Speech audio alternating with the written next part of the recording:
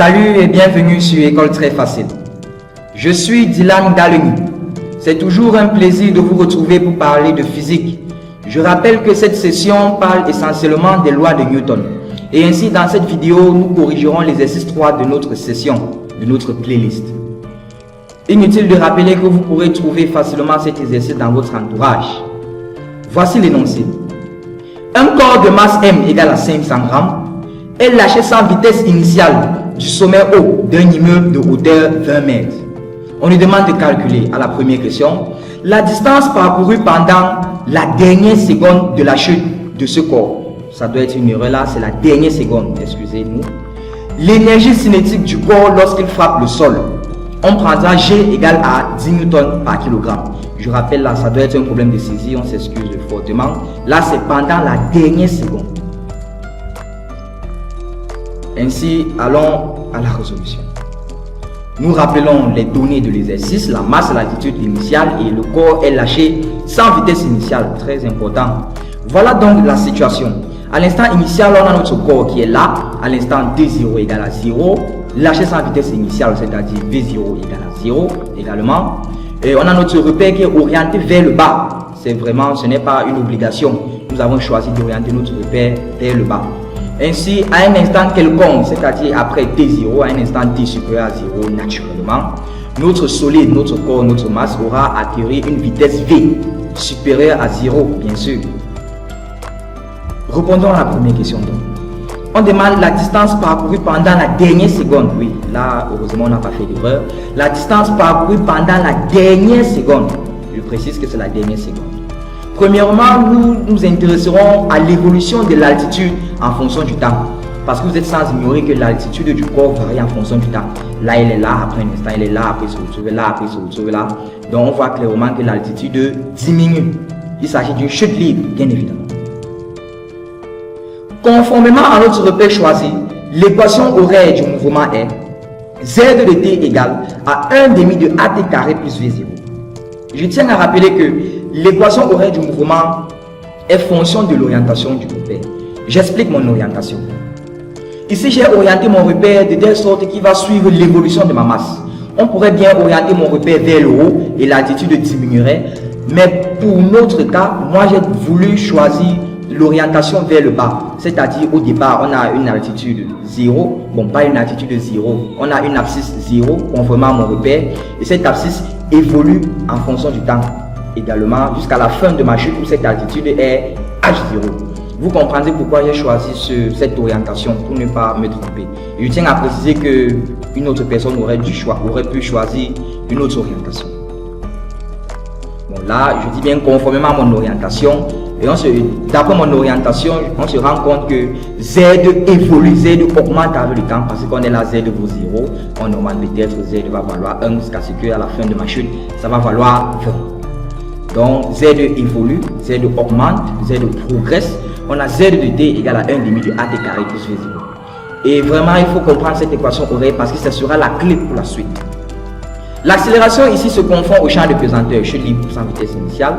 Donc que ce soit avec une vitesse, la chute libre, l'accélération de pesanteur correspond à l'accélération du centre d'inertie. Et la vitesse initiale est nulle. Donc mon équation horaire se ramènerait à cette équation, à cette égalité. Z de t égale à 5t carré. Avec G, on a considéré 10, 1/2 de t, ça fait 5. En application numérique, s'il faut dire comme ça, on a Z de t égale à 5t carré. Voilà mon équation horaire. Je rappelle qu'à la question, on me demande la distance parcourue pendant la dernière seconde et non pendant la première seconde.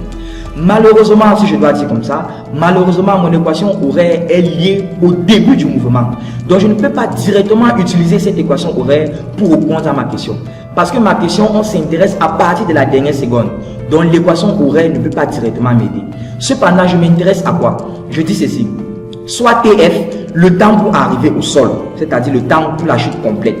Et T', la date 1 seconde avant TF, c'est-à-dire 1 seconde avant la fin, j'ai appelé cette date T'. Ça veut donc dire que ce qui m'intéresse, c'est ce qui se passe après T'. Après T', c'est avant 1 seconde et il met 1 seconde pour atteindre TF. La distance parcourue jusqu'à la dernière seconde est donc D égale à 5T' carré. La dernière seconde, puisque j'ai appelé T', la date 1 seconde avant la fin. Et là, on a l'évolution de l'altitude ou alors la distance parcourue en fonction du temps. Ici, je ne vais pas vouloir Z à TF parce que ce serait la fin de la chute. Je ne veux pas m'intéresser à la distance parcourue jusqu'à la fin de la chute, mais plutôt 1 seconde avant la fin de la chute. 1 seconde avant la fin de la chute, j'ai appelé ce temps T'. La distance, connaissant le temps que j'ai appelé T', la distance serait 5T'.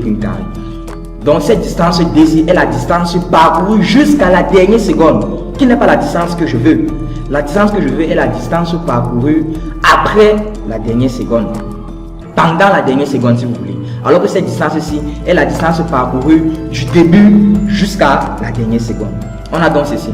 TF est le temps qu'il doit mettre pour parcourir toute sa chute, c'est-à-dire pour accomplir toute cette distance H0. On a donc H0 égale à 5 TF carré. Parce que cette distance serait H0 si le temps est complet. On a donc ceci. T' égale à TF moins 1. Parce que T' n'est pas le temps total. C'est le temps total moins 1. Or, TF, on se rend compte que TF dans cette relation, on dit TF, ce serait racine carrée de H0 sur 5. On a donc T' égale à racine carrée de H0 sur 5 moins 1. On a donc ceci. On a donc cette distance D qui est égale à 5T' carré. En remplaçant T' par sa valeur, là, on aura cette relation-ci. On a toutes les données et on pourra donc tirer D qui est égal à 5 mètres. Jusqu'ici, on pourra dire donc, à T', c'est-à-dire 1 seconde avant la fin, notre solide parcourt 5 mètres. Ce n'est pas cette distance qui m'intéresse parce qu'on demande la distance parcourue pendant la dernière seconde.